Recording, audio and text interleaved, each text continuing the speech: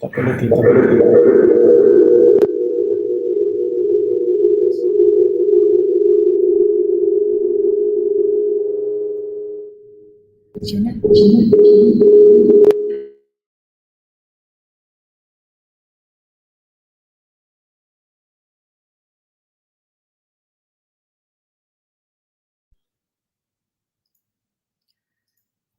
To all viewers and audience, may I have your attentions? Our webinar is about to begin.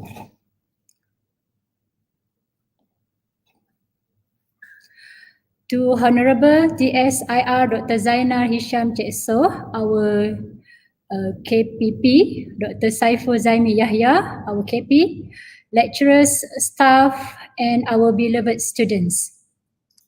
Assalamualaikum warahmatullahi wabarakatuh. And very good day to all audience and viewers. First of all, we would like to say welcome to all audience and viewers, which is to our guest speakers, the lecturers and staff, and of course to our beloved students. Hopefully, the webinar will be beneficial for everyone. Okay, Kamal, the title of our industrial talk at faculty today is Future Career Development. I'm Dr. Ibrahim. And together with me, Encik Muhammad Ikmal Fitri, from Faculty of Electrical Engineering as the moderator for this webinar. Before we introduce the speakers, we would like to thank the system and intelligence group from Faculty of Electrical Engineering, University Technology Mara, Pinang, as the organizer for this webinar. It is my pleasure to introduce our first speaker, Dr. Shahrul Yazid Yahaya.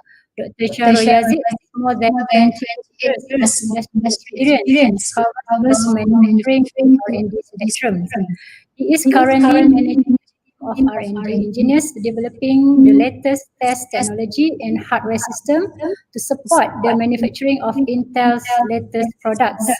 Dr. Shahrul holds Bachelor Science degree in Electrical Engineering, an MBA, and a doctorate in Engineering Business Management. So he has very vast experience in both technical engineering and business management, and the right person to discuss the first topic for today, job market during pandemic. And for our speaker is Abdul Aziz Mutallib, currently certified engineer, also from Intel Microelectronics. He has more than 30 years of industry experience. The topic that he will deliver is digital footprints. And before we invite our speakers, we would like to mention two notes to our audience and viewers. First, the viewers may ask any questions, which is, of course, related to our topic today, by writing questions in the YouTube chat box here. Okay. Second, the certificate will be issued to all participants, but the participants are required to fill an attendance form. The links to the webinar will be given at the end of the webinar session. Okay, all right. Back to you. Okay, Dr. Shahrul, COVID-19 pandemic is first a health and humanitarian crisis, and now it caused an unprecedented crisis to all of us. Industries, community, global economy are impacted. To respond, some industries introduce organizational restructuring, downsizing, rescaling, etc. This is from the industry's point of view. However, from employees or future employees, only give one perception: job insecurity, people losing their job, rises in level of unemployment. There is concern that these changes are having an impact on young people, especially graduate recruitment. Students, graduate, parents are worried about their future career prospects. Each job application process is going to be very competitive. Taking action and moving forward, we should prepare for what is coming next. We must adopt to a new reality which made of complexity, uncertainty, and opportunities. To adapt and thrive, we must accelerate and become resilient and agile. Dr. Shahrul, could you share with us some challenges faced by industries, some trends, statistics, data regarding these issues? And on the other hand, we also need your suggestion on some strategies, aspects, and skills need to be acquired so that students can upskill themselves and survive during this difficult time. Without further ado, I would like to invite Dr. Shahrul to deliver the talks. All right, Doctor, the floor is yours. Okay, thank you, Dr. Intan. Very good afternoon to all of you. I'm glad to know that Dr. Zainal, Ketua Pusat FK, is also here. So thank you very much for attending this afternoon's webinar. As was introduced earlier, my name is Shahrul. I started working at Intel 28 years ago. That was a pretty long time. That was before most of you were born. And I came to UiTM quite often in the past. I came to UiTM to have meetings with faculty members, give talk to students, and conduct interviews. I have hired a number of UiTM graduates in the past. But for this year, I haven't got a chance to visit UiTM at all. As many of us, we work at home. I also work from home today. I go to office for this month. I go to office only once so far, right? And nevertheless, it's my pleasure to talk to all of you in this webinar. I'm very excited to have this opportunity to talk to you in this forum. I just want to let you know that I'm not an employment expert. I just wanted to share with you what I know, right? And I think this is basically the topic today. Let me try to share here. You can see my screen, right? Okay, so the title that was given is really the job market during pandemic. I'll try my best to keep us awake in this afternoon. The way that this is going to proceed is the following. The session is going to be broken down into two parts. I'll go over what the companies went through, share with you some of the surveys and statistics. I'll share with you a little bit about the perspective from the analysts and about how job market has changed. And then we'll stop for Q&A.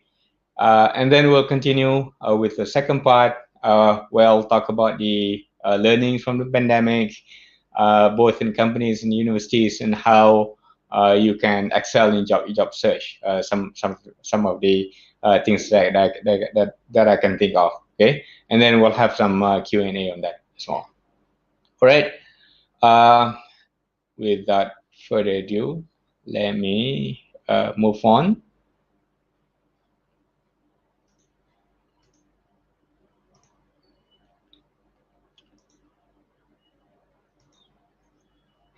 All right. First, we all know what COVID-19 is, so I'm not going to get into the details. But there are a few things that companies have to go through in dealing with the COVID-19. The first one is health matter. This is related to ways and how we can minimize the spread of the virus. So certain actions that the company has to do so that we play our part not to become a spreader, right? In order to do that, we follow recommendations that's coming from the World Health Organizations, as well as the Center of Disease Control and US or CDC, right? And then on the top of that, a company also have to deal with the regulation that is coming from the government, right? This is a country specific for Intel, which is operating in quite a number of countries. We have to follow the local regulation. For Malaysia, we have MCO, we have SOPs that we have to follow. There are certain guidelines on lockdown, and this is for all, right? The MCOs that we have is for not just for the companies, it's also for any other businesses in school where we are all asked to close. So I'm going to get into that later on. There is also regarding the definition of essential services, what kind of business is allowed to operate. There are some other businesses that is allowed to operate only with the limited business hours, and all this regulation is also changing from time to time. So the companies have to deal with the changing regulation. There is also another thing that the company has to deal with is regarding the SOP itself, because in the beginning when we have COVID-19 started in the March and April timeframe, we were told to keep our physical distancing, right? To keep our hygiene practice and wearing of the PPE, to do some symptom screening, so that we can read, and then to do that, we also have to reduce the crowd. We need to reduce the capacity that we have in the office, in the factory. There are some procedures that need to be defined, and the detailed procedure is not available. So companies like Intel work with Ministry of International Trade to define what are those SOP, so that we are in compliance. The best known method can be shared with other companies as well. So there are a lot of things that needs to be done regarding SOP. It is not as simple as I do a temperature check and wearing face mask, right? As a company that operates based on procedures, we need to put that procedures so that people can follow. They know when they are not following. They know what are the actions taken if they are not following, right? So those are pretty tedious things that companies have to deal with. And then we also need to define who is working from office, who is working in the factory, and who has to work from home, right? We need to have a system where we track how many people work from home and who are they, and at any given time, how many people are there in the office. What is the capacity of the building? If we say that we want to keep 1 meter apart, how many people should be there in the office, right? So there's some rework, or some work that needs to be done in defining all this. Okay. Next one. So I mentioned about the working on site, right? So when people are working on site, we need to update or making sure that our facilities is in compliance or facilitate people to work on site. For example, we need to have some labeling on the floor, or elevator, in cafeteria. We need to rearrange our table and chairs, right? A conference room, for example, if usually one conference room can fit 10 people, if you say that we want to allow only 5 people, there are a lot of things that need to be rearranged in terms of furnitures, in terms of notices.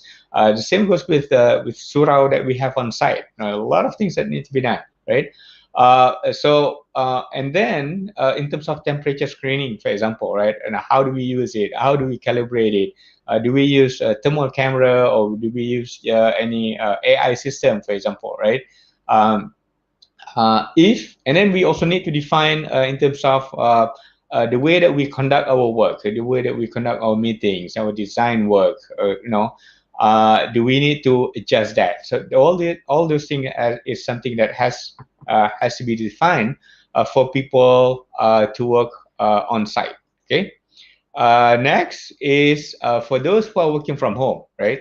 For example, those who do not need to be on site, they do not work in the factory, they do not need to work in lab, for example. There could be some of the administrative staff in certain R&D work, for example, they can be done from home. So we need to define those procedures. We need to define on how people can work in a safe and with the economic and compliance, for example, right? So we need to make sure that every employee has what it takes for them to work from home, because we don't want them to work in kitchen. We don't want to work them. We don't want them to work in the living room where they don't have proper chairs and tables and things like that, right? So there's a lot of work to enable the environment where the employees can work from home.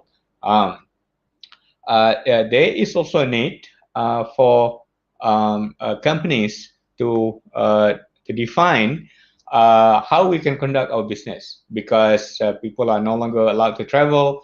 How do we work with our vendors? How do we work with our customers and suppliers, for example? right? So this is something that we have not done in the past, so we have to define it. And then in the areas of infrastructure, for example, in the in terms of supporting the SOP, right? So we have a government regulation where we need to track the employee, where they are sitting, what is the temperature when they are coming in as the symptomatic screening, and what to do, and how do we trigger, and who, how do we know who is working in what section, right? So there is a database that needs to be developed. There is a tracking system that needs to be developed, right? So that's one part of the infrastructure. The other part of the infrastructure is to enable people to work from home. We need to make sure that we have sufficient network bandwidth, the VPN, for example, the server and the security system, and everything is in place so that people can work from home, and we have the infrastructure support to do that. So in the event that we have some mobile devices when it is down, for example, how do we deal with it? Do we have enough storage in cloud to enable people to work, right? So these are some of the infrastructure that we need to put in place. There are for companies which do not have a proper infrastructure, then they need to do a rapid installation. And for companies that do not even have their process digitalized, they will have to go through the digitalization process, right? So there are a lot of things that the companies have to go through, and what I just mentioned to you is pretty common among the companies. What are the things that they have to do in dealing with COVID-19, right? And we have to do it in a very fast manner, because without having that in place, it's very difficult for us to continue to operate. Okay. Next, what I want to share with you, early on in the March and April timeframe, there were a number of surveys that was conducted. The first one I want to share is the one that was conducted by the Federation of Malaysian Manufacturers. They found out that 63% of the manufacturers have revealed that that these companies may result to layoff in the next 3 to 6 months at that time, right? As a result of MCO, because some factories which is not deemed as essential services, they have to close down, right? And some companies, even though they may be allowed to operate, there's no demand for their product, for example, because people are not traveling, and so on and so forth. So because of that reason, the output there's no output, and they may resort to a layoff, right?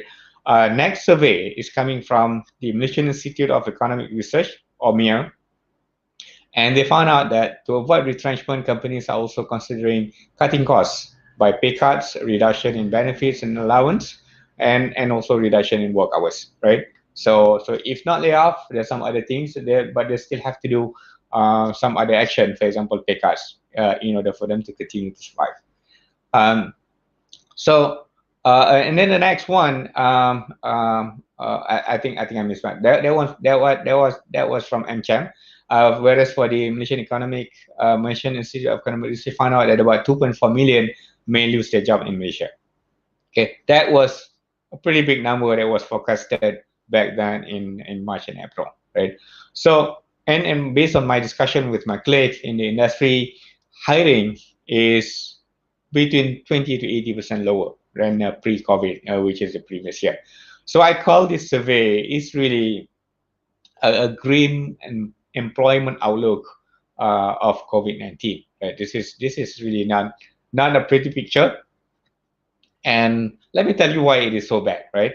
I mentioned and kind of passed it through early on. So various governments around the world impose various measures to stop the spread of the virus, right?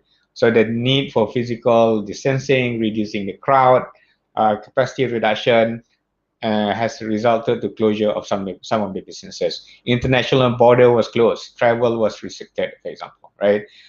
School and universities were closed. I think all of you know about this, right? Even the barber shop was closed at that time. So the economic activities stopped, right? It was halted. Demand for discretionary product reduced, right? Many of the factories that were running were limited to those for health product, for medical products, as well as limited IT product. And I'm going to get into that later on. So, and this is happening around the world, right? For those who are involved in for companies that is involved in manufacturing product that is exported overseas, they will see the same trend around the world. Okay, so and this has impacted the labor market tremendously, right? Many people lose their job. So this is basically something that was foreseen back then in March and also April timeframe. However, when we get into June and July timeframe, it wasn't really as bad, right? Because of the action, because of the lockdown, COVID-19 spread was under control. I think all of us was very hopeful at the time. More businesses started to reopen. Some businesses still closed, right? Some of them become out of business because they couldn't survive during those critical period. So other than essential services, started to reopen, and some of them started to open with the option to work from home, for example, right?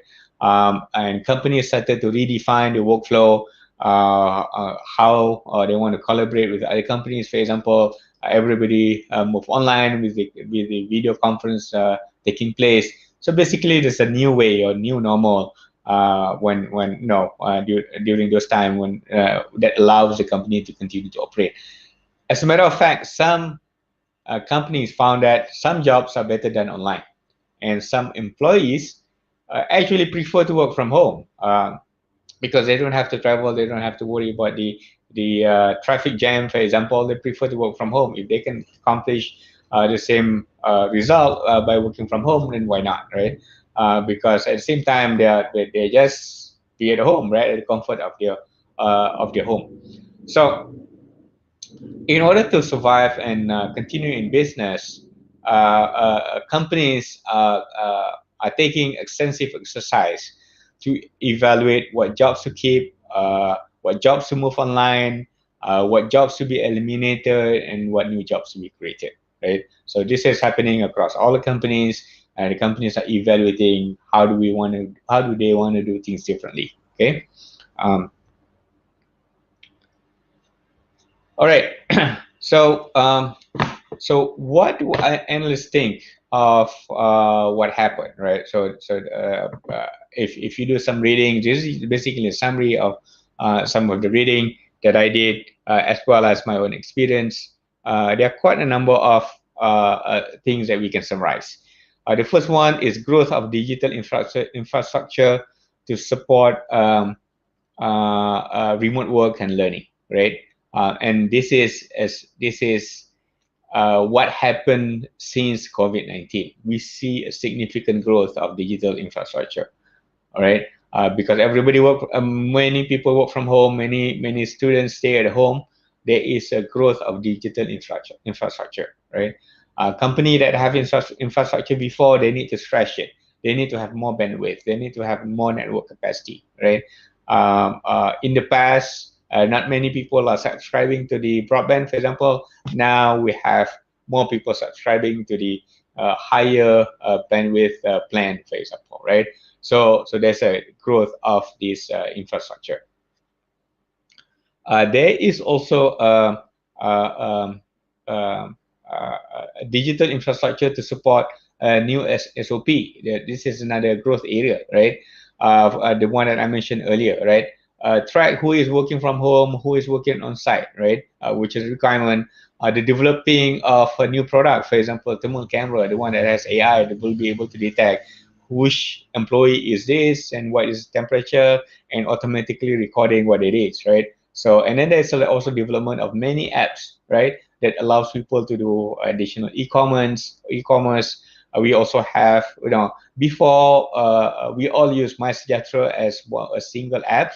There were many apps that was created at the time, right? So it was really a booming time at the time as far as the digital infrastructure is concerned to support the SOP.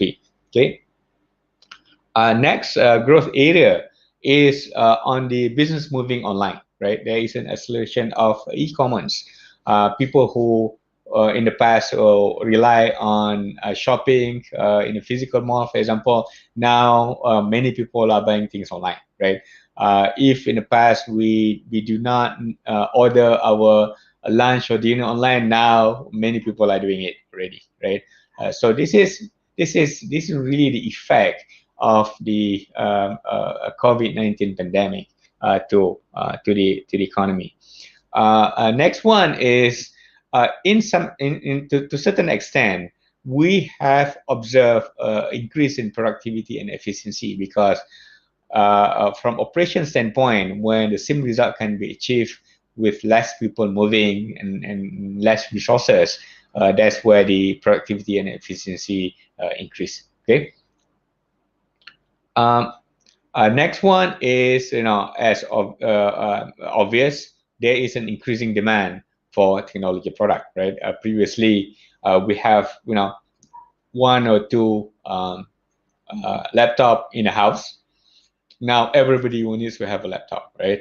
Because they need to work, or they need to learn, they need to study, for example. Everybody need to have that. And on the top of that, there is also a need for these routers and modem and all those communication devices as well. Okay. Um, Next one, what I want to share is the latest statistic from Saxo or per queso that was recently published.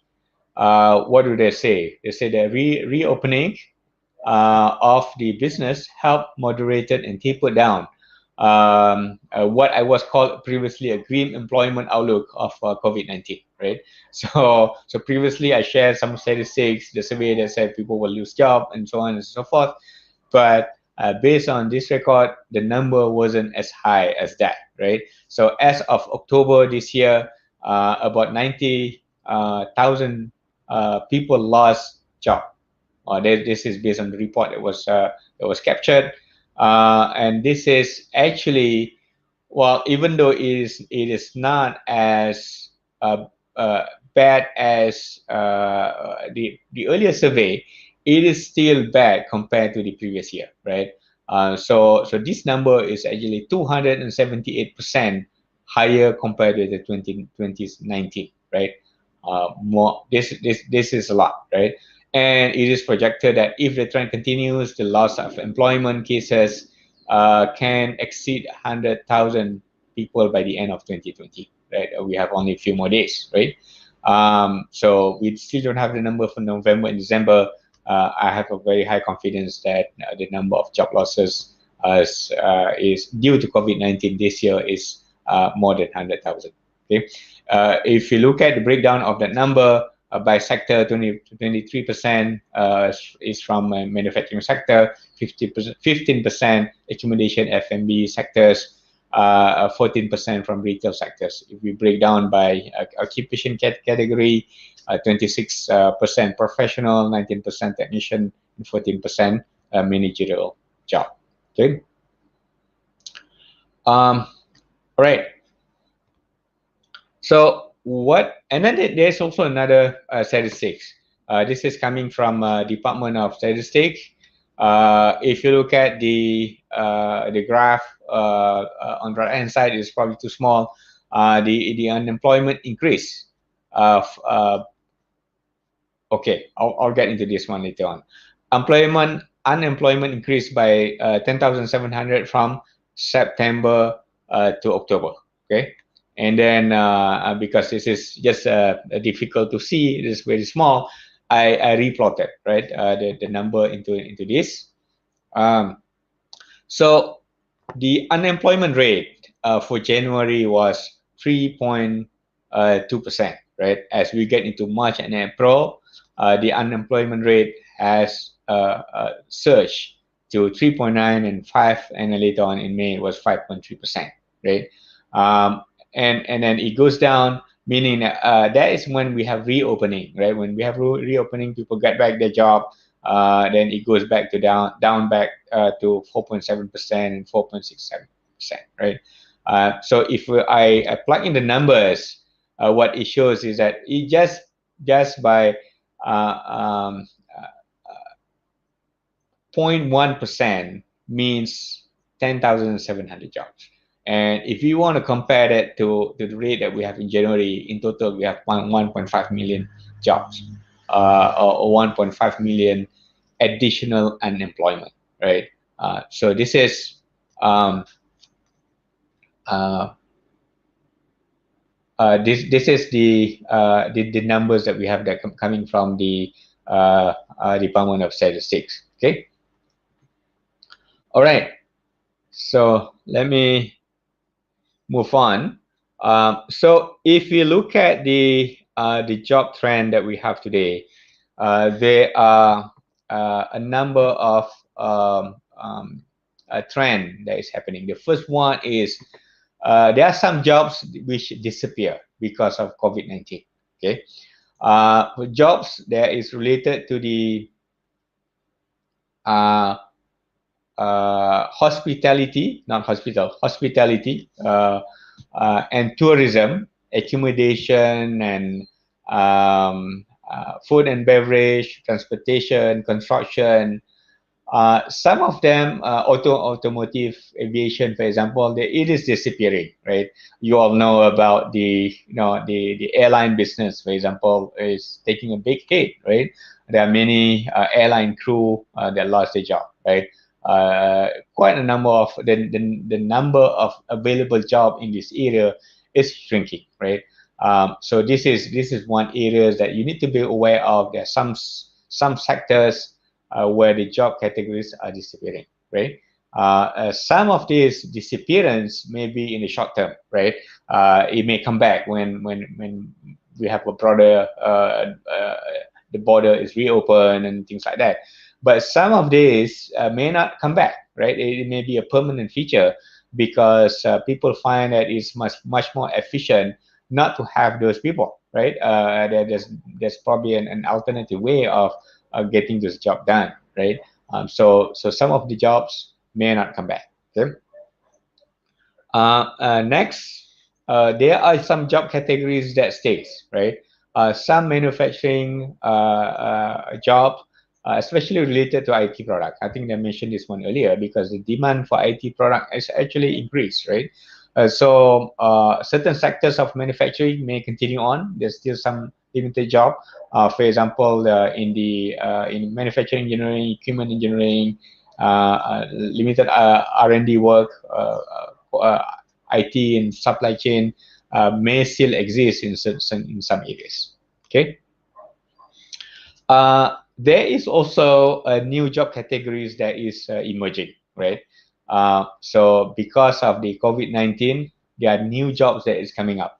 For example, the contact tracer, COVID care, occupancy planning, because people are no longer working from office. Many people are working from home. So the way that we want to plan for that is different. Telemedicine, because now people don't go. There's a limited hospital capacity.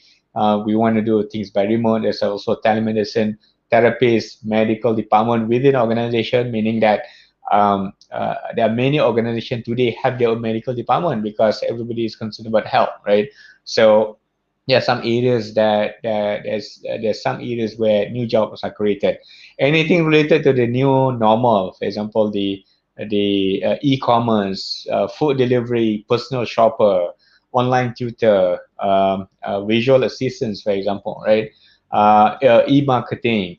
These are new job categories that is increasing after this COVID-19. The third question is, what are the qualifications for these new job categories? Nobody knows, and as long as you can do the job, right? There is also demand for digitalization. Many companies which has not been online, they want to hire people to move them into online, right? So these are the areas that still exist. So things to remember is that jobs which can go online will go online, right? With jobs which can go virtual will go virtual, right? And work from home will continue. All right. Next, what I want to do is to stop here. Probably we can take one or two questions if there's any, and then if not, then I can move on. Let's see if there's any question. Um,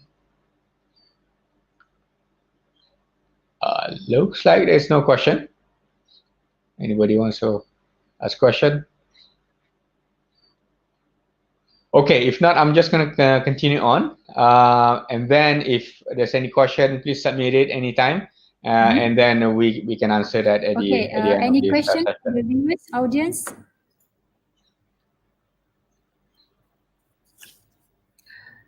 Okay, Doctor.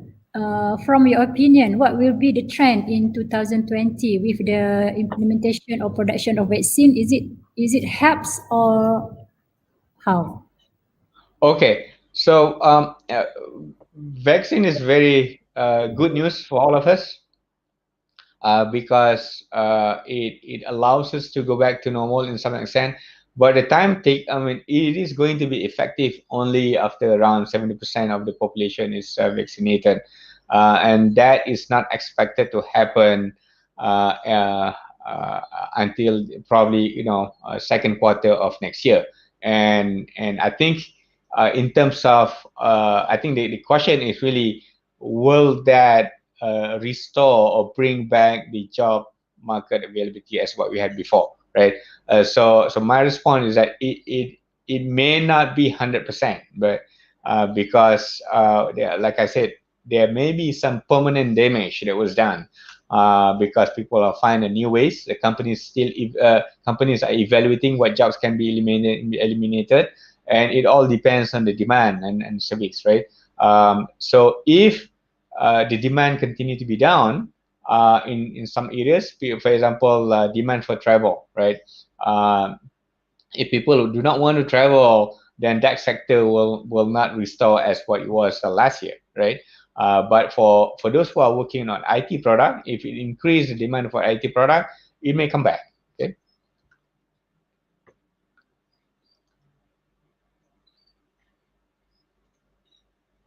All right, there's a question here. Is there any opportunities for electrical students to like us to intern in electronic companies during this pandemic? Since we know that the company has a lot of problems maintaining to maintain the companies.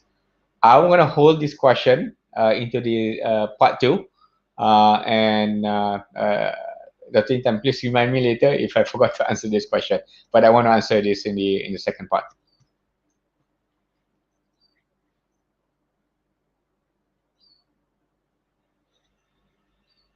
Boleh?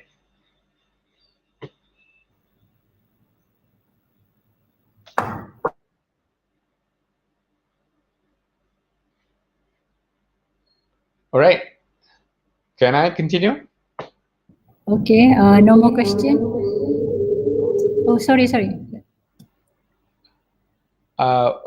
Okay. Next question is, okay. I think there's quite a number of questions we're getting job. I think I should proceed for the next one and come back to the question on specific jobs because I think that's best done after I go to second part. All right. So let me continue.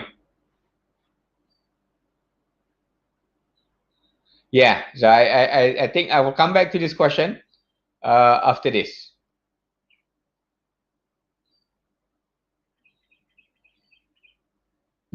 Okay, Doctor. All right. Okay, let me continue. So what are the things that companies are learning from the pandemic?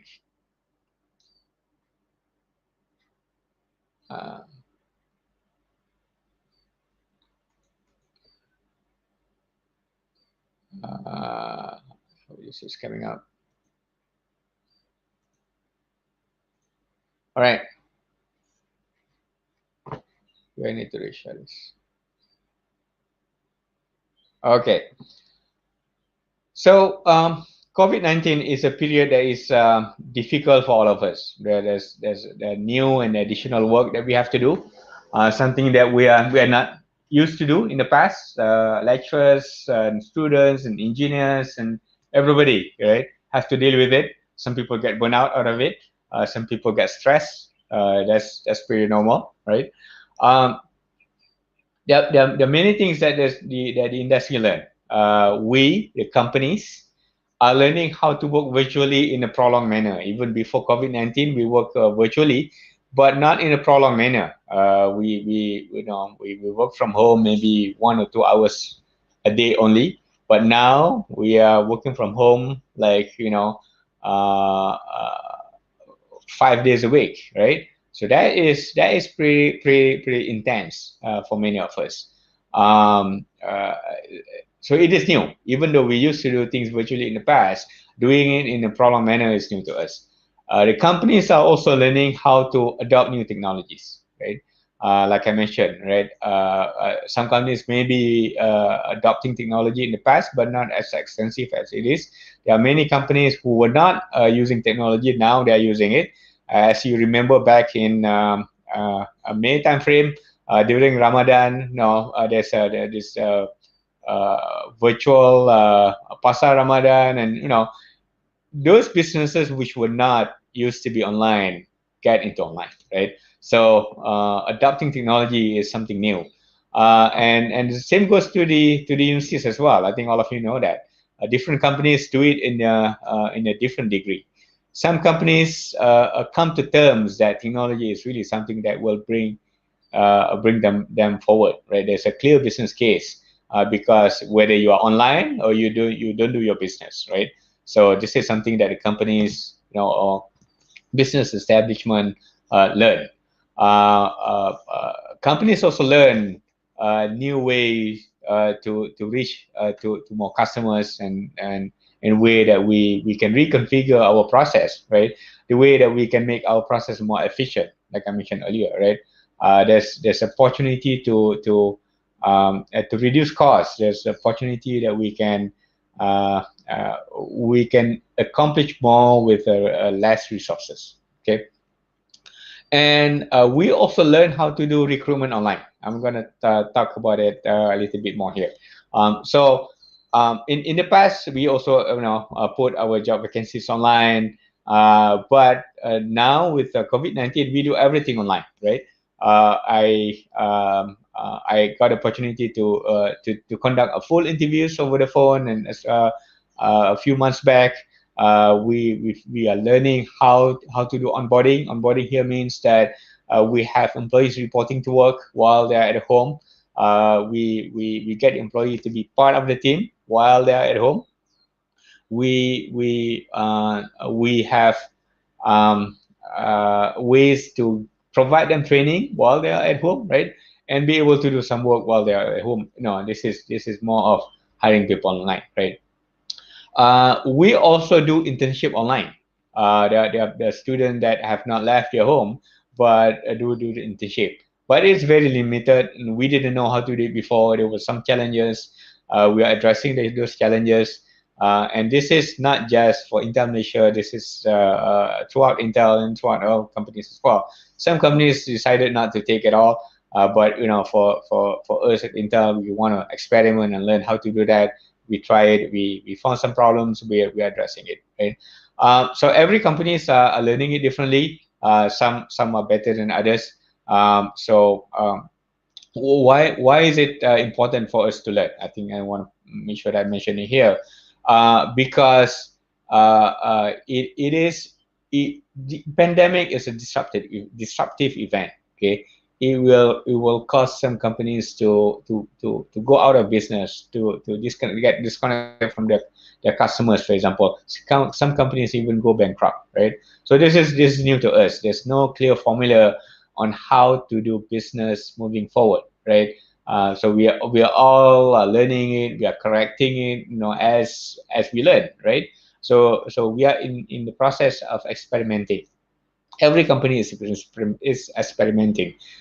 We don't have a good formula on who works from home and who work in the office, right? So we are adjusting as we go, And I'm confident over time we'll find what those a good formulas is, right? Because we have to figure it out, right? And what's important is that this is needed for us to win and be able to get out of this pandemic successfully, right? And I believe the one who's going to win is the one who's going to learn faster, the one who will be able to adopt the technology faster, right? For example, now we have many technologies, many ways to do video conference, right? There are a lot of tools, and whoever can find a way on how to use the technology better and to use the right things at the right time will be able to win and do things much more efficiently, right? And the one who is able to see opportunities from this pandemic and sees those opportunities will be the one who will be successful. So it's very important for us to learn from it. Okay. Um, Next, what I want to share a little bit is really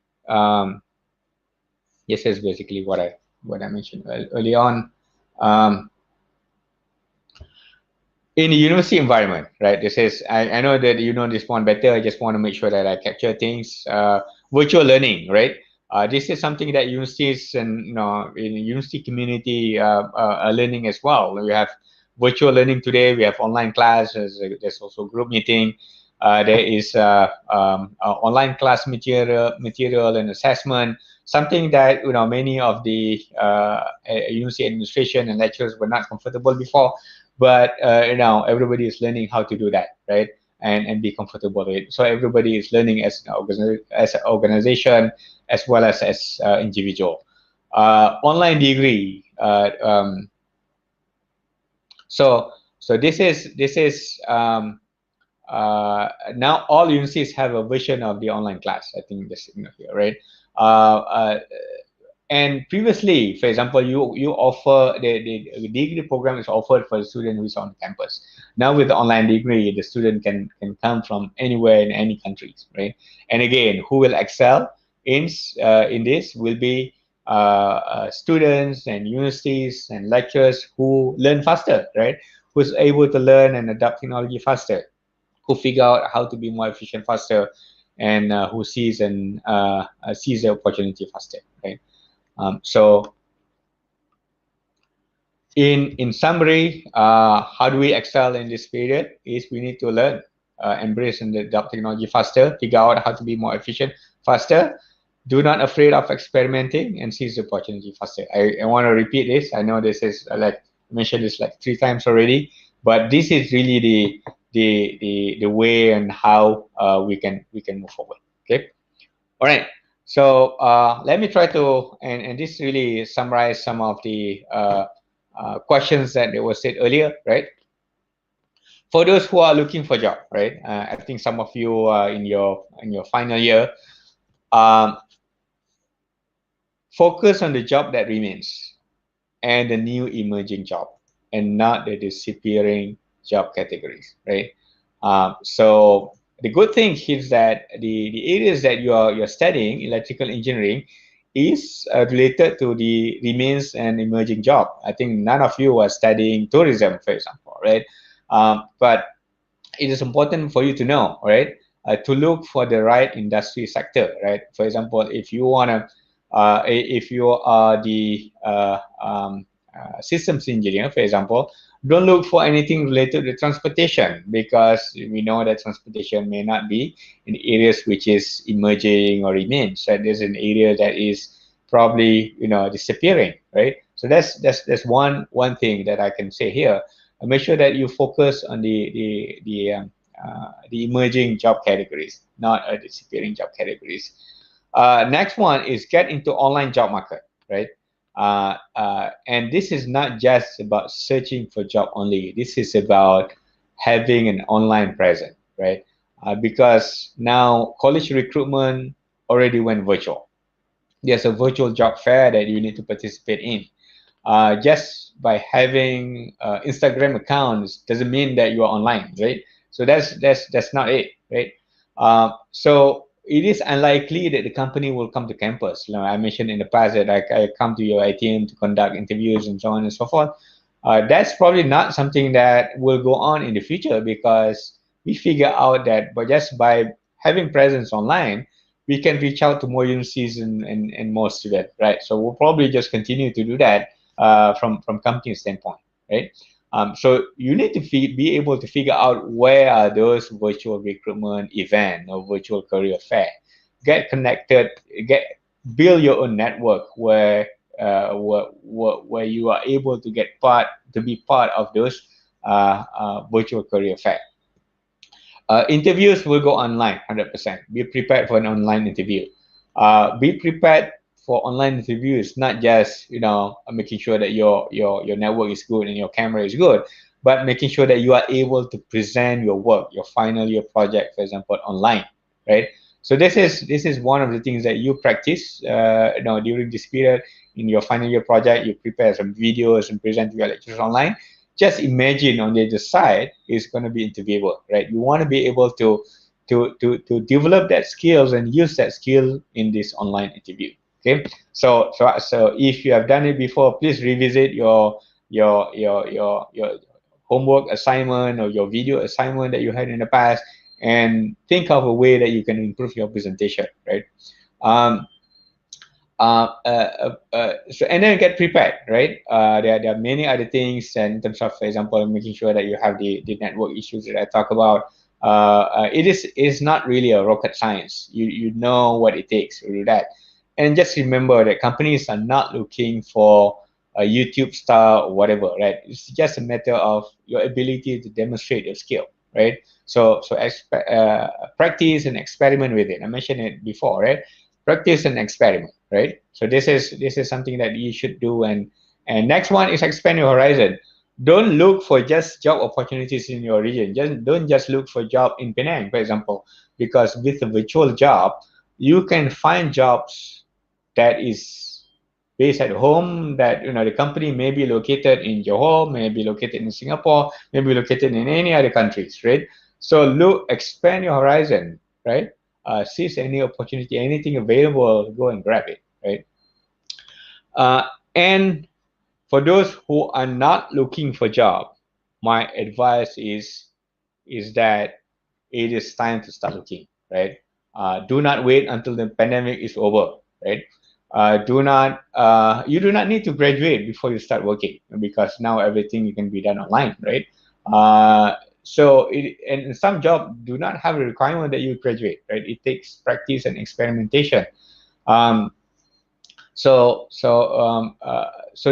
you need to discover your own winning formula, right? Which you will not get unless you try it out, right? So still one thing to remember is that in order to survive and continue to be in business, company undertook continuous evaluation: what jobs to keep, what job to move online, what jobs should be eliminated. So we do not know, and we cannot tell for now. I think that's one of the question earlier, right? So every company is continuing to evaluate. I can say that job A or B is available today. Maybe next month it is not available anymore because those jobs are no longer needed because everybody works at home today, for example, right? So this is one of the areas that I think you need to remember. If it is not the same as what we had before, right? And if the job is going to be working from home type of job, it is likely to be advertised and applied and then processed online as well, right? So if how can a company give you a job that require you to work from home if you are expecting to be interviewed physically, right? So that's not going to happen. Okay. All right. So next is a Q&A. Let me see. I think I have 5 minutes. Let me go through the questions that I skipped earlier. Okay, Doctor. Yes. So question regarding internship. So Okay. what kind So this is an issue because the internship availability that I know of in many companies, not just Intel, is going to be very, very limited. We know that companies may still be hiring people for internship in a limited manner, but it is I would say that the availability is very, very small today, right? And even for those who have it, very likely it's going to be an online only, right? Virtual internship. So I think this is one areas where we need universities to find a different way of doing assessment and doing some placement, because and I think this is not just a matter of students applying for job, because it is possible that students can find an online job as well. And is there any way that universities can grant credit for those online work, right? So those are I think this is a bigger discussion that the faculty will need to have a discussion on. But as far as availability is concerned, I can say that it is not widely available today for internship. Okay. Okay, question from Dr. Alhan. What do you think the skill that companies are seeking now after this pandemic? Students now have been dealing with the software than the management tools in the lab like they did before. Okay. So no doubt, some of the jobs still require those, right? For example, like I mentioned earlier, there are some areas which is, for example, manufacturing, which is still operating, right? They are essential services, or they're part of the business that is allowed to open today. The operation is still running, and it requires people to be able to have the competencies and skill to use equipment in the lab, or in the factory today. Those are still needed. I'm not saying that it goes back to totally zero. I'm saying that the availability of those jobs may be reducing, right? So if there is a skills that you have, it may not be sufficient for you because the job that is available for you is less today, right? So in order to increase the chances of you to get other jobs, you may need to increase or get mastery in other skills as well, right? Just having one skill is going to be limiting your job availability, the job that you can go and apply, right?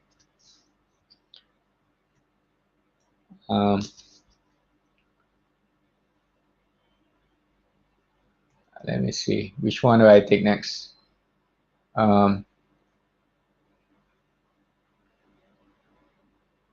Can you advise the new favorite hot technical skill or certification that employers are looking for current and post-pandemic? A good question. I think certification, having more certification definitely is going to help. But what certification, I don't think I can list it here because different companies may be looking for different things. My suggestion is that in the past, it may be difficult to find those certification, but now you can go and enroll to those short classes or short courses online, right? So if there is available to you, go ahead and take those, right? As many as you could. This is more like going for fishing expedition, right? Anything you should go. Anything that you think is going to help your chances, go and take it, because you never know what you will end up with, right? So there's nothing specific that I can tell right now, but so my suggestion here is really anything that will increase the diversity of your knowledge, go for it, right? And then see, because that will allow you to apply for more jobs. Okay.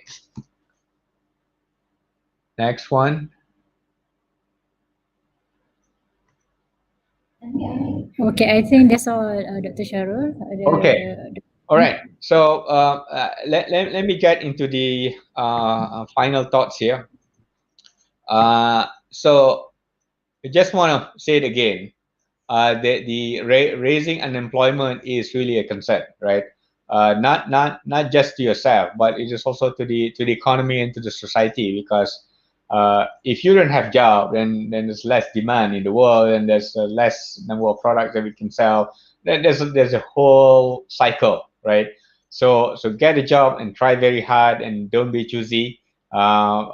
avoid being part of the unemployment statistics or the survey, right? So you want to get a job, whatever it is, please get a job, and don't stop looking for it, right?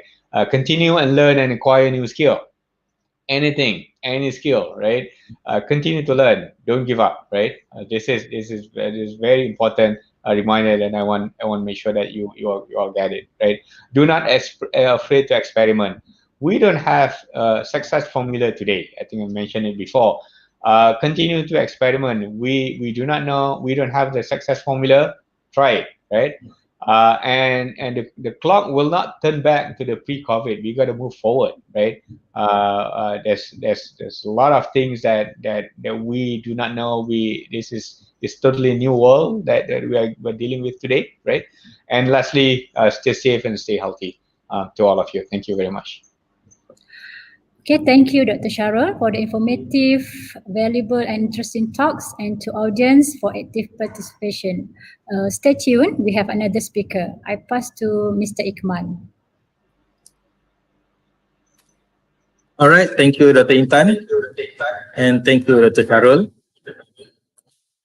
Next, let us proceed to the next segment of our webinar. For this segment, we will try to divide the main topic into small subtopics. And between them, we will try to engage with the viewer for question or discussions.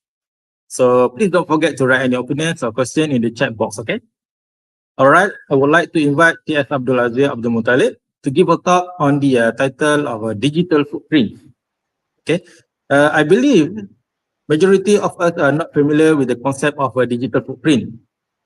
So for the first half of this segment, the speaker will try to cover two important aspects of digital footprint. First, what is digital footprint and why we need to know about them? Second, is there any aspect of negative digital footprint, and how do we protect ourselves from them? So T.S. Abdul Aziz, without any further ado, the microphone is yours. Thank you very much, Ikmal, our moderator. And also, hello to everyone, exclusively to the KPP. Hopefully he's still with us. Dr. Zainal. I have some sharing here. I hope that the moderator can help to share the shared screen. There's a couple of slides that hopefully will be more useful as an aid for all the audience. I know there's some lag between when I'm talking and the live stream. I'll probably gonna go on slightly different pace based on the slide. Just shoot the question if you already know what you're asking or looking for. And also feel free to interact if you have any, it will prompt up. And if I know, I will just answer it. So let's start with this quote from Andrew Lewis. It's a politician. If you are not paying for it, you are not the customer. You are the product being sold. So if you think about this short quote, right? If you see television, this is before paid television, before cable, before Netflix. You never really paid for television because you are not buying anything. You've just bought the unit that you're seeing the broadcast, but you are actually the product. They're trying to sell you and you are trying to buy. They're trying to get you to buy. So that's what it means here. So just put it this quote behind your mind while going through all the lists that I'm going to go through. Some of it will make sense later. Okay, so let's go to the first question that the moderator is sharing earlier is the what and the why of the digital footprint. So let's go with the first part on the what. So basically when you see a footprint, it's just an activity traces. And when we talk about digital footprint, it's the traces that you left online. So in a digital form rather than a physical footprint. So this is going to be stored in a multiple way. And the most common are locally stored, or it's going to be on a cloud or server. So if something like a browser cache, your cookie, you save a file, your downloads, your exe executable, And sometimes even when you're writing a document, like a Word document, it's also being tracked in there. If you open, you can set and see the author of your Word document to the previous, if I recall, previously it's up to 12 author. But I think it varies because especially right now, if you see Microsoft Word has become cloud based, the way that they store the author may varies. And bookmarks, so you kept your bookmark and actually you are storing something, you have a traces of what you are interested on your browser. So those are the locally stored footprint. And the server clouds are probably the one that I am going to touch a little bit more today. So usually the simple one are the search record, and for example, your login time sounds trivial, but login time are being tracked. The date where you logged on, your credentials, who you are, as well as your traces. Traces are different from credentials. Traces are like a single sign-on page. You allow a site to have your Google credential, login with Facebook, login with Google, and it will leave traces where those trails actually are meant only for one destination, but actually all in the intermediate jumping point would also have and see the information. Okay, so the why. So why you want to know what is your footprint? So your footprint shows. This is something that would require a little bit of imagination, where you don't see it. So it will show your footprint are telling where you have been. So this is translate to uh, you are interesting and valuable. There are people who are not as interesting and not as valuable based on the footprint. And then it can also show what you almost did and what you did. So, for example, you almost clicked a link, but you never did. You thought that, oh, phew, you never clicked that. But actually, the site track your hover on the hyperlink. It's part of your footprint. So almost clicking, I'm not referring for touchscreen. Those are not traced because they don't have a cursor over it. It's also being tracked. Your interests, for example, you're searching for how to cook a porridge today. So those are your interests. And it could be aligned with something else. So those are also being tracked. Who you interacted with, your chat, your friend, your network. Are you linked with great people? Are you friend with someone that is important? So those are the why. That's the reason why the footprint are important. And in short, it's a data point that what you has done can be interpolate. So I just put a very small example of a diagram. What this interpolation is. It's based on what you already did, and you try to connect the dot. But there's also extrapolation where they think this is where the line's going to be heading. The outside of the line. For example, you probably is searching for vitamin C. So from interpolation, it could be that you're trying to eat or consume it. But extrapolation could be saying that, oh, you're trying to be healthier than your current lifestyle. And from there, they know that they could be asking you to go and sign up for a gym. Those are extrapolation. Those are very interesting how you can see those data can be um, uh, extrapolated. I would show you one example how a footprint goes behind your back. So let's just switch to my browser here. And I'm just going to go and open a new Shopee. And from here, right, you could not see anything happening aside from the UI being rendered. And I'm just gonna let it load a little bit so that you know what's going on. There's no 12/12 sale anymore, no 1/1. It's nothing. But if you go behind the scene, it's called inspect. So from here, actually, you can see what's happening behind the scene and what's being loaded and what are the information that is being shared outside of the domain shopee.com.my. So if you go to sources, so how do you open this? you just go to inspect. You can either press F12 or Control Shift I, or just right click and type inside inspect. If you go to the source, and actually you see that a lot more people actually being informed of your activity. Like for example, the first two are Shopee. Oh, it's fine. But suddenly you have ancestra.de. This is a German website. You have a Google Analytics. This is where they will be looking at what you are interested in. You're going to see a Google Tag Manager. And if you don't see a domain, this is a local domain that is being managed to send and share information. You see, a lot more people outside of Shopee are actually looking at what you're doing.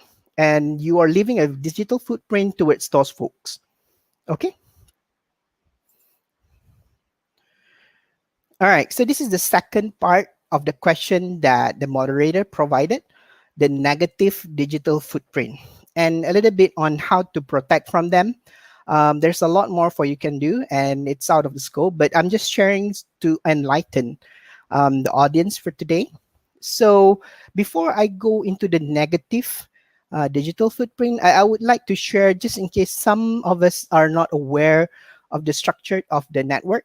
So the surface web are the one that most of us are familiar with. So this is where, if you see an iceberg, this is the part that you usually see. Your websites, like Shopee just now, you have Facebook, Google, Wikipedia, blogs. You saw e-commerce sites like eBay, Amazon. You have YouTube site, but beneath that, and a little bit more harder to reach, and definitely it's non-index information. It's called a deep web. So here you got net banking. You cannot Google information regarding transaction between company A and company B because it's not indexed, and it's still on the web. It's just not indexed. So it's called a deep web, an unindexed site. So some of research paper of a poorly indexed site, so they would not be disclosed. So you need to go and find the actual record without able to search it effectively. So medical records are a big no. It's available out there. Hackers love this. Hidden wiki are more common towards people who have a special interest. So their wiki are not publicly available. Some are hidden through VPN. You can access them. Private networks. So this is one of them way of you to access it, as well as private forum. And beyond that, you have dark web, the Tor, the network, the Onion network, anonymous, Silk Road are end of life. I think FBI busted them like maybe 5 years ago. It's a famous site in dark web for selling illegal stuff, guns, drugs, as well as illegal information. I have a reason why I'm sharing this, because your data is wealth. So wealth in the common sense, where in the iceberg and the top part for a company, what it means is that you have a lot of marketing data, especially for the OEM brand. Your text, your voice, your behavior, all of those are data. Financial data like Shopee, Facebook, and Instagram, it will be used for the filter when you're shopping. And also, it could try to identify your favorite brand. Like, for example, Lady A would prefer a certain brand, and alternative competitive brand would try to go and find out and try to lure them out. And private data, like hotel, Trivago, those would require, it would consume your location data based on, you did a selfie, and it will have your geotag, places you are interested to go, and also for the maps that you use. Those are private data that is being used where you are and where you might be interested to go to. So the data that would associated to more negative side of digital footprint are the beyond deep, the dark web. Like for example, personal ID. So usually company does not interested in transparent, clear tag data. They don't want to know Mr. A, whatever. They just want to know in surface if these personalities or online personas are suitable to be their consumer. They does not need to have the detail to the point that what is your IC number, A phone number is different stories, but in dark web, this information actually, even your username and password are very very valuable. And I'm going to show you a little bit of a demo, and just to show you how you can tell that your data is being sold or available um, down in the iceberg. Some of you might have been to this site. So let me just show you what this site is doing. So, okay, let's go back to a browser.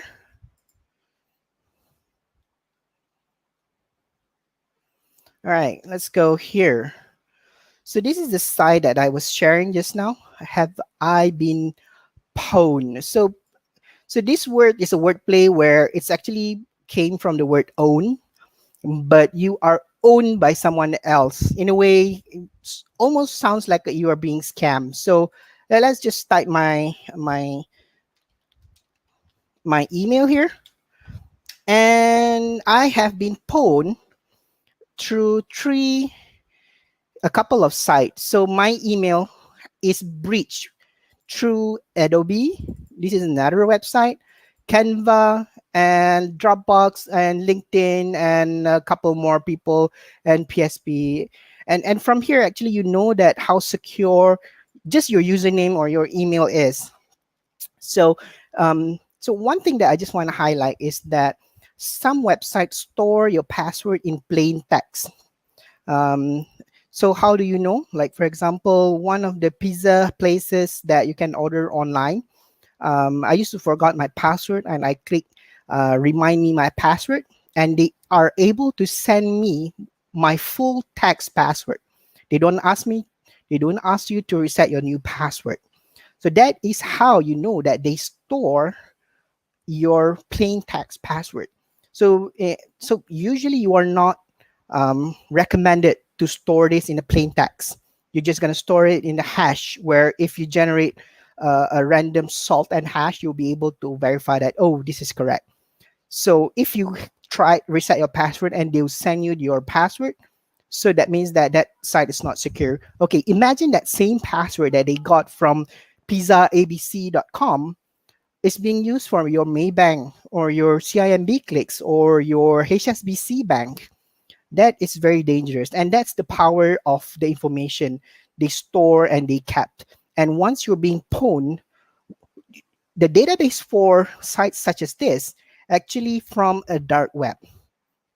So they bought the database, and they archive and list, and they know that what kind of data that this database of being sold in the darknet has, and they will search if you search from here. So it's very dangerous. It's very very eye-opening when I start to learn about this, and I think it's my responsibility to share and how to protect yourself. So a couple of ways. So you use VPN when required. You don't need to use VPN all the time. So this is to, you know, to block your footprint from being transparent. So if you imagine your footprint while walking on the snow, you will leave a footprint. A VPN is like you're wearing something that would not leave your traces. For example, you wear a tennis racket, so it will not see as a human. It's just going to see like a tennis racket walking. So that's an example. Password awareness. I would recommend for you to use Password Manager to save from being shared. Your password from being exposed. Avoid shady sites and carefully select your friend request. If it's a fake account, reject them or just report them to whatever website it is. If you don't know them, try and chat with them. It could be a bot. So I did that a couple of times in LinkedIn.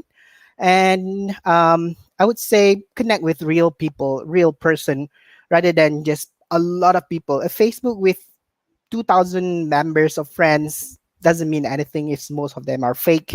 I would block them on the heartbeat. Okay, so I think that's the two questions that were given by the moderator earlier. Maybe this is a good point for us to listen to questions. So I give back to moderator.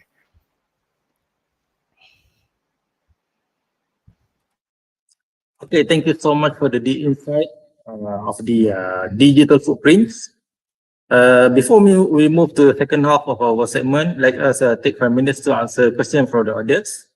And you can see there are two questions from the audience. So is it okay if you try to answer two questions? Is it okay? So the first question here is from Ainu Raisha Suhaili. So does incognito mode stop digital Interesting footprint? question. So does Yeah, Yeah, so this incognito is mode is a interesting. little bit of partial hidden.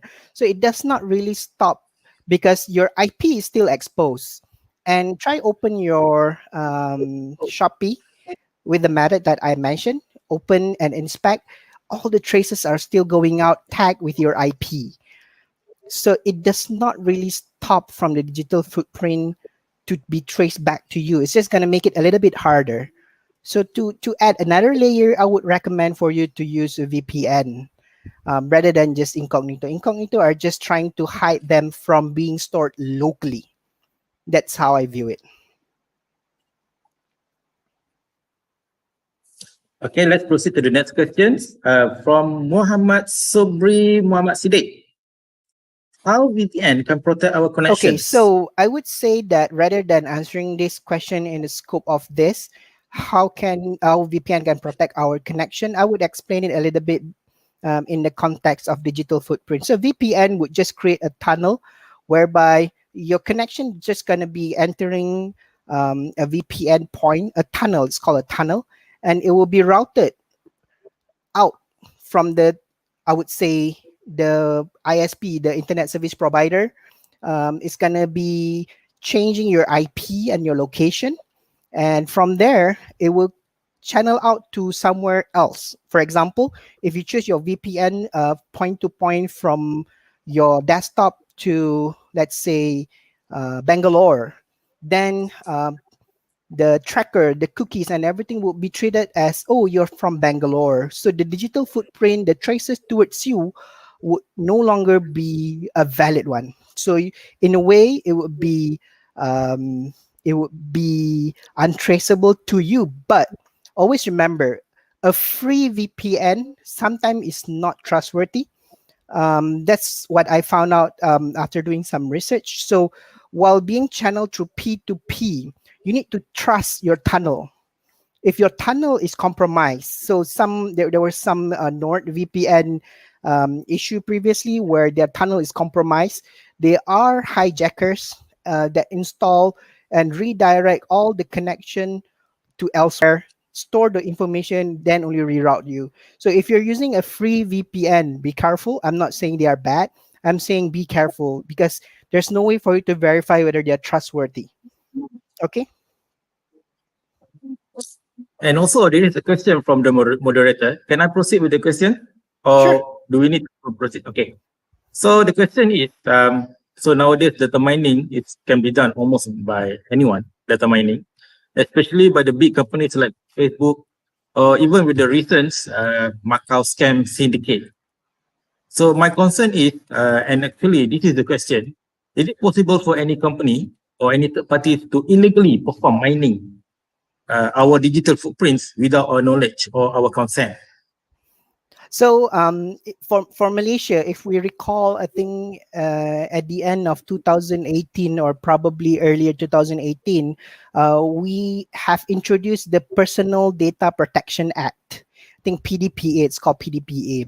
So if those company who are legal perform an illegal data mining, in term of illegal, it could be that it is buying data from dark web and utilize them um, in a way that I forgot what's the full PDPA. There are things that they can do and there are things that they cannot do. For example, if they bought PDPA and they use it to protect the consumer, it is does not violate PDPA. But if they use that to, for example, do the Macau scam, and I wouldn't be surprised Macau scam is using the data from the darknet, then there are going to be legal implication towards them, and it's usually going to be a criminal or a federal offense. Okay. Mhm. Okay. Oh, now. Wow. Okay. There's an influx of questions coming in. So do we need to proceed with this question, or we just put it at the end of our segment? Let me see. Maybe we can take another one first, and then I'll continue with this. I will take one. Okay. All right. So this two question here is, I think, is more related to the VPN, which is asked by just free just now. So Afi Hamdani is asking if free VPN that available in the Play Store safe to use.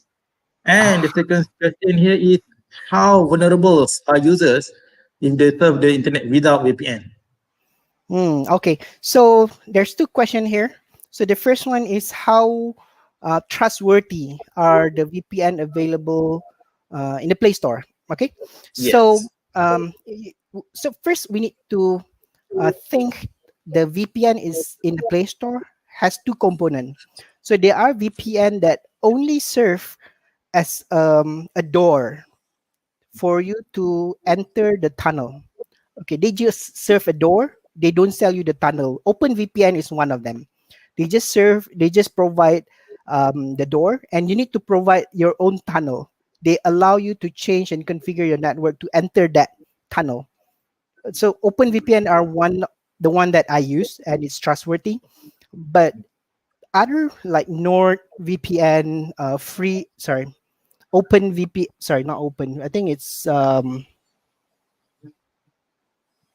AVG has their own VPN.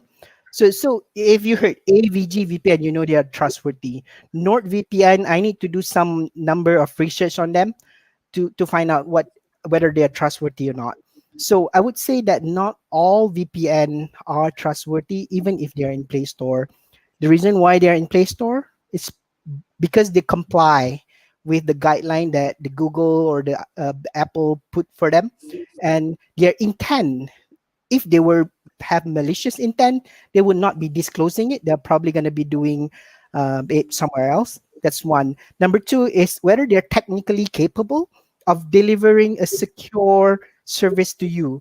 Because remember, NordVPN screw up one time because they're using a third-party server provider, and the third-party server provider failed to comply with the security on the server and caused hijackers to do DDoS, and then they be able to hijack the whole server.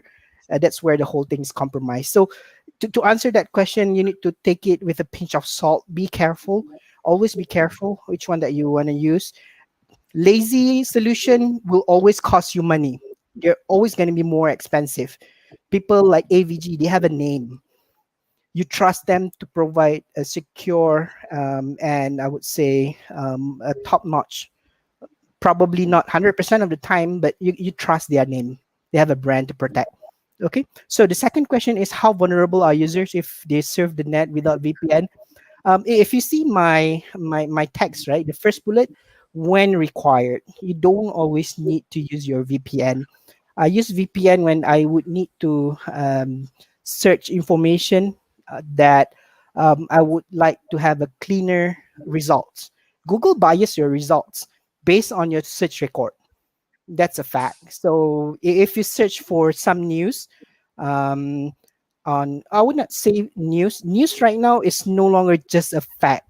News are added with opinion, and if you search one news with your without your VPN, you will get a biased record for you. And if you wish to have a more agnostic or universal response, go with VPN. You don't need that.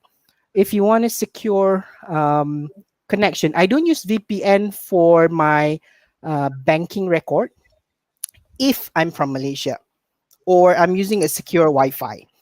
But if you go to Starbucks, you go for a free Wi-Fi at a hotel.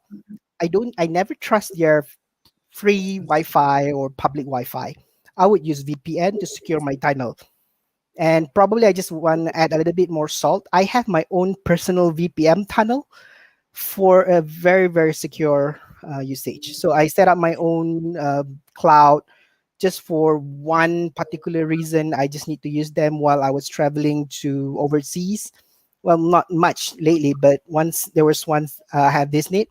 use your own VPN, set your tunnel. You're probably going to spend 30 minutes, just follow some steps. You're just going to have your own VPN. And plus, with the open VPN that I mentioned as a door just now, open VPN plus your own tunnel. Perfect. Okay. All right. Maybe you All should right. continue. Thank you Okay. so much for this series of answers and probably some good solutions also. Let's proceed to the second half of our segment. I believe for the job seekers, the current scenario or the landscape has changed a lot. So especially during or even post-COVID epidemic, this post-COVID epidemic. So here, the speaker will try to elaborate on two important contents. First, how is today's technical landscape? And second, how to benefit from those landscape with a good digital footprint. So again, I would like to invite Abdul to deliver the talk, please. All right, thank you, Ikmal. So let's continue on the slide. I just have a couple more, two more slides. So there's 2 points there. So the first one, let's go through the technical landscape nowadays. If you pay attention to the earlier sharing by Dr. Shahrul, you know that he did share this a very important bullet point. Remote working are more common than ever.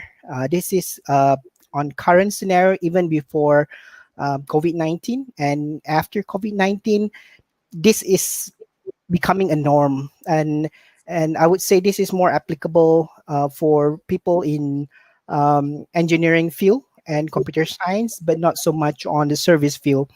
um, I probably want to elaborate a little bit more, just in case some folks are not familiar, or probably missed out during the earlier introduction. I came from mechatronic engineering, whereby I never learned Python, I never learned SQL. What was taught in school are foundation and fundamental. If you have the right foundation, fundamentals, you can grow your fundamental into application. And most of the new skill sets are application. You are going back to the same fundamental of if and else programming language, and then you are going to have a subroutine. It's just going to be written differently in Python compared to when you learn C programming. So remote working is the same thing. You would need to have a good work attitude, work ethics, if you're working on site or working on remote. There's probably going to be some delta that you're going to cover, but just go back to the fundamental of working. Have a good attitude, have a good ethics, it'll be fine. Virtual interview are a norm, and this is true for the field that we mentioned earlier. It's not for everything. Internship, for example, just now there was a question to Dr. Shahrul. Interesting because internship require mentoring. If you need to mentor, it's best for them to have a lot more one-to-one interaction. I'm not saying physical, I'm saying one-to-one interaction. And the best way for you to do one-to-one interaction are physical. Virtual are okay, you can do it, but it's not as efficient or effective. So just now, cross geographical, you can work and even get paid in other currency. I have a friend. Well, actually, it's a intern of mine. Um, so he worked in another company, and he ended that. And post COVID, he need to go back to Indonesia. He's from Indonesia. He was studying computer science in University Utara, Malaysia. He was so good that I continue working with him even after he went back to Indonesia, and I'm paying him through Western Union, because I really need his skill. And that's an example of a cross geographical. We're on different region during COVID-19. I mean, he cannot be working here without a risk of traveling. And unfortunately, he has a better employer coming to him. I think it's from Sweden. A Swedish company employ him and his team. I think it's a group of 12 people to work and get paid in, I think, euro, but work in Indonesia with your own time zone and just deliver. Awesome, right? Imagine about earning those and spending in your local currency. You probably get paid like fourfold compared to your peer.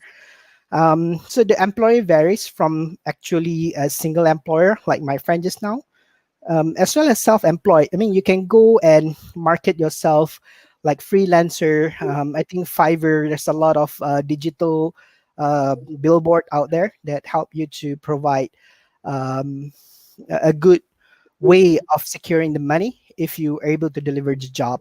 So I think it's so the last item, the last line of this slide is how others know your track record, if any. Okay, that's boils down to the title that we are having today, the digital footprint. So those are how those folks, I mean the employer, are able to see, are you good? Okay, so you need to have a good footprint. That's the key thing. The key thing here, a good footprint. By the way, this is the last slide. I'm just gonna spend a little bit more time here, and later we're gonna go to probably a short demo on how to see, how do I see a good footprint. So keep your social media traces clean. I have known some young folks who have a very, I would say, a spirited activities online where they have go back and forth on social media, bashing. Those reflects your attitude. It does not mean that you are not allowed to do that. What I'm saying is just going to be traces of what you did. And I'm not encouraging, I'm not saying no, I'm saying that is you. Like the work ethics that I mentioned earlier, it is you. If you are working on site or virtually, it's going to be the same thing. Same for this. Employer would see it. Second item, so forums such as Stack Overflow do question and answers. So Stack Overflow does not only serve your purpose of finding out the answers, it also show how you give back and how you interact with the community. For example, you ask a question and it's a very good question. You will get points in Stack Overflow. And that is going to be part of your resume if you put out there. And I would say it's something that is valuable. Not everybody can contribute in Stack Overflow from the form of question or answer. If you're answering question, that is going to be even plus for that field. Update your LinkedIn to reflect your history. I know some folks, this is like lying to your resume or being truthful. Do what's right, write what you did. Even if it's a final year project or your capstone project or probably some outside business that you're supporting or just a weekend job that you did supporting your father's ma and pa automation, for example, you just want to trace automatically your machine cashier, whatever. Put it in your LinkedIn. People would know and appreciate it or not. But if people are interested, they have it there to see. And the last one is the ensure your GitHub, your SVN, or whatever projects version control are up to date. I'm going to show a little bit on GitHub later on how sometimes I used to screen my talent that I'm going to deal with, whether they are good or just doing some lip service.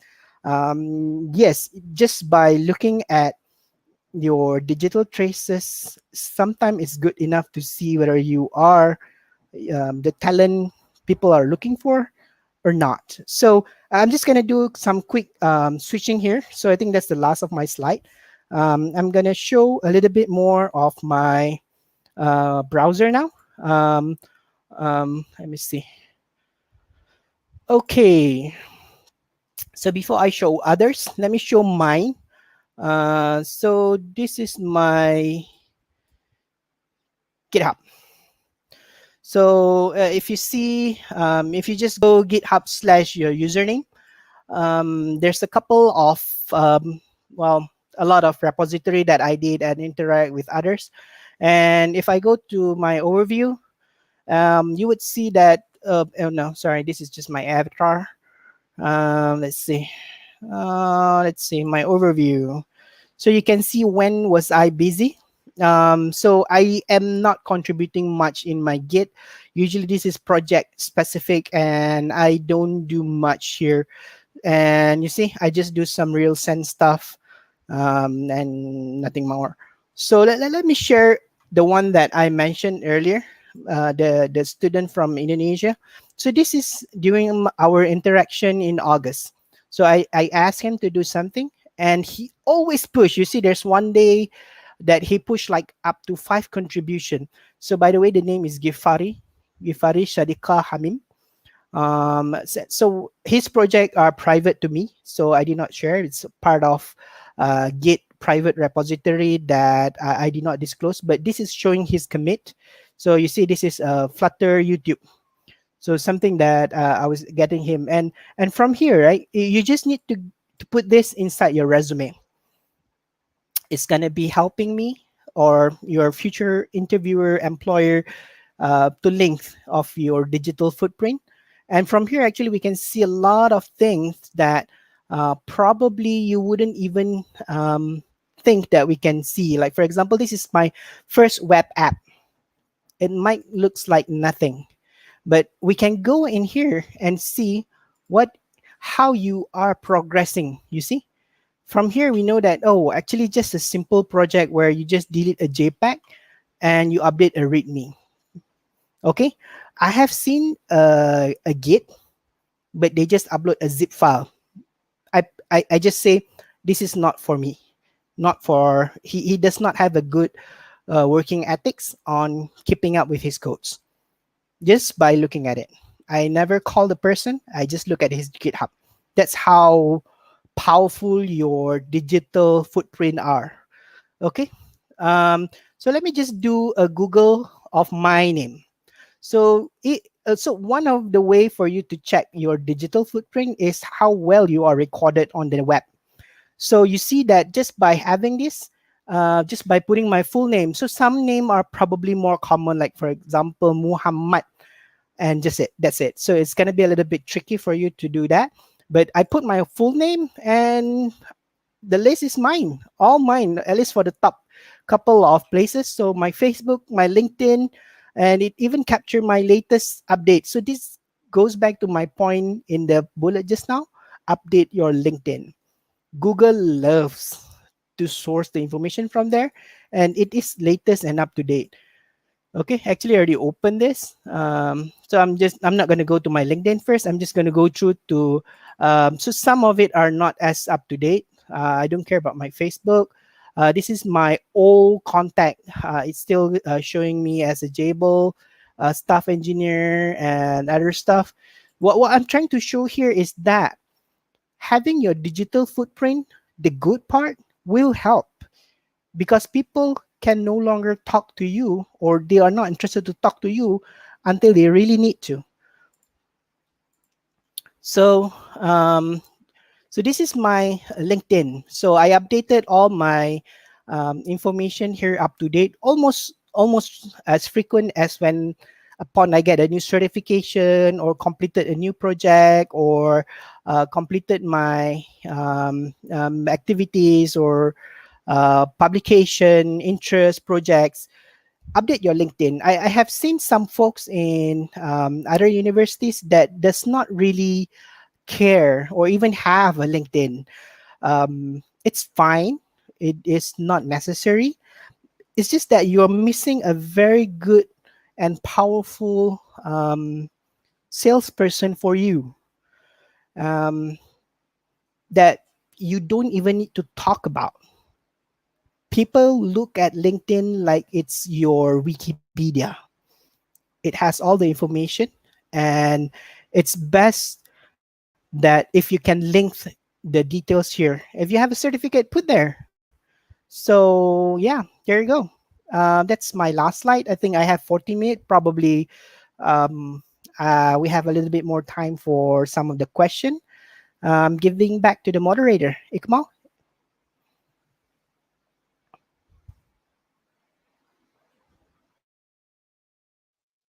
All right.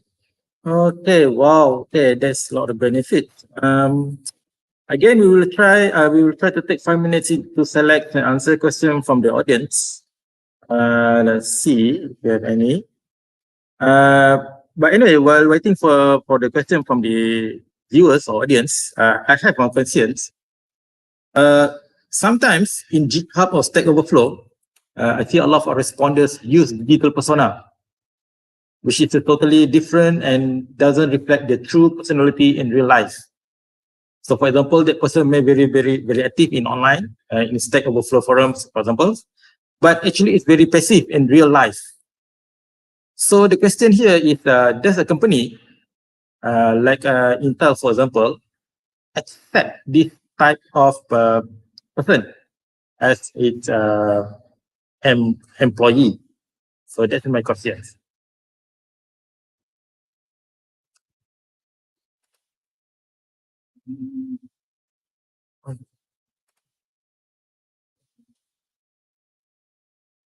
Sorry, you need to unmute. Sorry, you need to unmute. Yeah, sorry, my bad there. Right. Okay, so I'm gonna address that question in two parts. So the first part is the person is active online but passive on the real life. Yeah. Okay, so that first portion is that usually how I identify that is that I would look at GitHub, the commits and how the commits are being done. A good commits would consist of a very good commit messages that usually people would actually not do correctly. Unfortunately, one of my example just now does not have a very good commit messages. Okay. Another thing is that during the commits, you would be able to know who commit that. Example, in your project of a capstone, you have a group of 5. I'm just giving an arbitrary number. Only one person keep committing and the rest are just an idle. So you will be able to see that from the GitHub. Stack Overflow, I would say probably it's a little bit more vague. They could be just the one that asking question and not able to answer, but that is also fine, I think, for the first couple of phase. All right. So your second part of the question: does companies accept this kind of behavior? That's the question, right? That's the second part. Okay. So I would say that if the discrepancies happen, one of the things that is going to be done during the interview are being providing we're going to provide I would have this in my own word, I don't think it's the right word, an ungoogleable question. So this is how usually we did. Actually, I love to give this kind of a question that's something that you cannot Google. Like, for example, some folks would just interview and give a random question like, can you write me? They will give an assignment. We're going to give an assignment so that the student, after the interview, would have a week to come up with a solution and send to us via email.